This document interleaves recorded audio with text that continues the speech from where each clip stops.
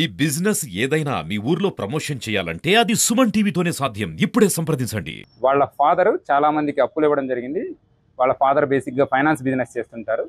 రీసెంట్గా ఒక ఇల్లు కట్టుకోవడానికి కూడా తను కొంత అప్పులు చేయడం జరిగింది. పాత వాళ్ళు ఎవరైతే అప్పులు తీసుకున్నారో వాటి సకాలంలో చెల్లించకపోవడంతో తను కొంచెము స్ట్రాంగ్ లాంగ్వేజ్ వాడడము, అలానే వాళ్ళని తిట్టడము, బెదిరించడము, సివిల్ కోర్టుకు వెళ్తామని స్ట్రెస్ చేయడము జరుగుతుంది.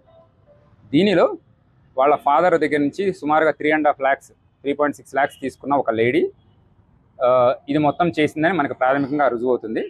వాళ్ళ ఇల్లు కూడా సుమారుగా అక్కడికి 100 మీటర్ల దూరంలోనే ఉండడం జరిగింది. ఆ రోజు జరిగిన మనకి నివేదిక ప్రకారం 7 గంటల నుంచి 7:30 మధ్యలో ఈ ఇద్దరు ఆడుకుంటున్నప్పుడు బుర్కా వేసుకొని ఆ లేడీ వచ్చి ఈ పాపతో మాట్లాడి ఆవిడతో పాటు తీసుకొని మరొక కుర్రాడు, అతను మైనర్ 17 years, ఆ లేడీకి రిలేటివ్ అవుతాడు. సో వరుసకి తమ్ముడు అని మాట్లాడతారు.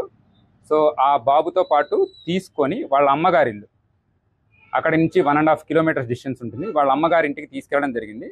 ఈ కుర్రవాడు బయటే ఉన్నాడు చాలాసేపు. వాళ్ళు లోపల ఆ పాపతో చాలాసేపు మాట్లాడడం, పాపకి ఫుడ్ కూడా పెట్టడం జరిగింది.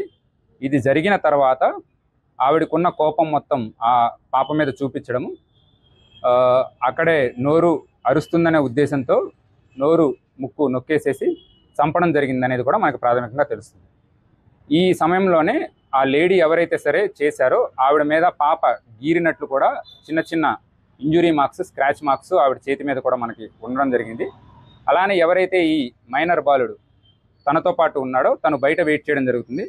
ఈ పాప చనిపోయిన తర్వాత ఆ పాపని భుజాల మీద వేసుకొని కిందకు వచ్చేసి ఇమీడియట్గా మనం సమ్మర్ వాటర్ స్టోరేజ్ ట్యాంక్కి వెళ్ళిపోదాము, అక్కడ పడేసి వస్తే మనకి ఎటువంటి ప్రాబ్లం రాదు, పాప మనం చేశామనే రుజువులు కూడా ఉండవు అని చెప్పేసేసి ఆ బాలుడికి, ఎవరైతే మైనర్ ఉన్నాడో తనకి చెప్పేసేసి అక్కడి నుంచి బైక్లో పాపని మధ్యలో పెట్టేసుకొని సమ్మర్ వాటర్ స్టోరేజ్ ట్యాంక్ పైకి బైక్తో వెళ్ళి అక్కడి నుంచి కొన్ని స్టెప్స్ దిగి రాళ్ళంతా ఉంటే అక్కడ దిగేసి ఒకళ్ళు చేతులు ఒకళ్ళు కాళ్ళు పట్టుకొని పాపని విసిరేయడం జరిగింది.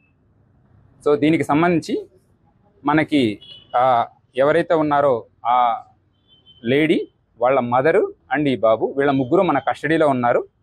ఇంకా దీని మీద దర్యాప్తు కొనసాగుతూనే ఉంది. ఇందులో ఎవరైతే ఈ మైనర్ ఉన్నాడో తను కంప్లీట్గా కన్ఫెస్ చేయడం జరిగింది.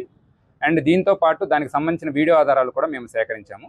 ఇదంతా కూడా కోర్టు ముందు ప్రొడ్యూస్ చేసేసి వీళ్ళకి రిమాండ్ చేసి, అలానే దీనిలో శిక్ష కంప్లీట్గా వచ్చేలాగా మేము అన్ని రకాల చర్యలు తీసుకుంటామని ఇందు మూలంగా చెప్పడం జరుగుతుంది. Thank you.